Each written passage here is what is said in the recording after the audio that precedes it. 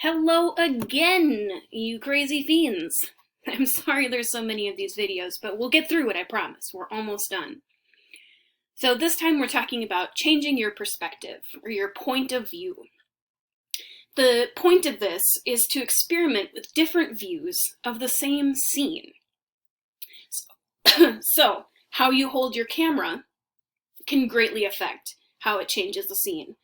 If you hold your camera horizontally, or side to side, versus holding it vertically or up and down, while looking at the same scene, you can get drastically different outcomes, even though it's the same spot, same time, same subject. Alternatively, if you get yourself close to the ground or high up and view from those different perspectives, that can also greatly affect how your subject comes across.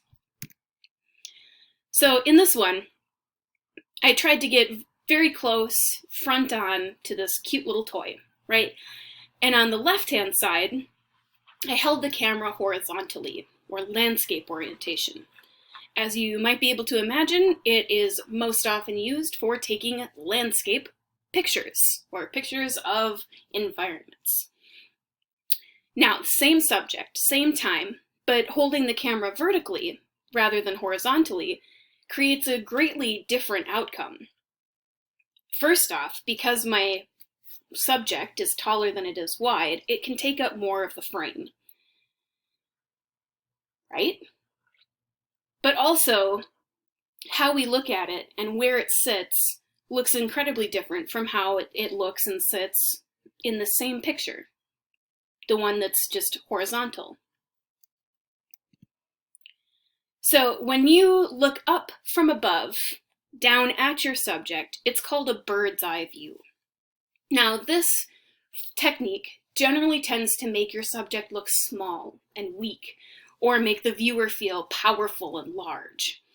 So even though it's the same object, same toy, same room, slightly different spot, because it's now from above, it changes how we look at and think about the subject.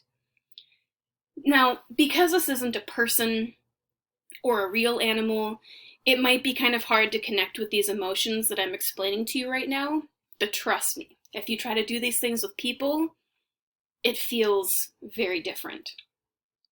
But we're also going to talk about the difference between horizontal versus vertical.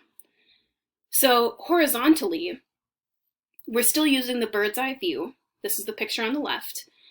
But because the subject can take up so much more of the height of the picture, it kind of diminishes how small it feels. It doesn't make it feel quite as small. We don't get as much sense of the scale of the space. Now compare that to the vertical picture of the bird's eye view. Now, even though if you compare the size of the object within the frame, they're almost exactly the same. If you pinch your fingers from the top to the bottom and go from picture to picture, they're almost the exact same. But it feels so much smaller. It's taken from the same angle, same spot, same time. But because the picture is taken vertically, it just helps to hammer home that idea that this is a small object in a large space. Now the other way, worm's eye view. This is made to make the subject feel large and imposing and powerful, or to make the viewer themselves feel small and diminutive or weak.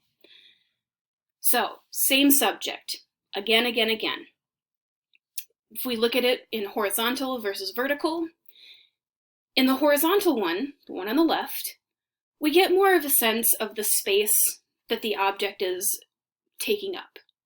So even though it doesn't take up as much of the frame, we can still see that it's quite large, but it's in this expansive space.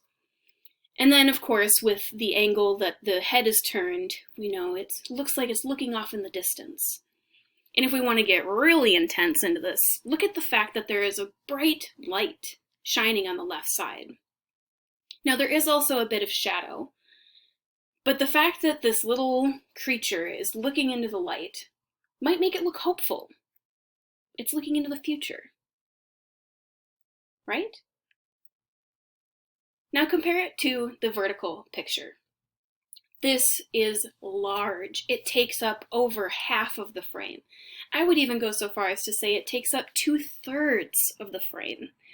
So as a small person looking at this object, we almost look like we could bury ourselves in its embrace, because it looks like it's opening up for a hug, right?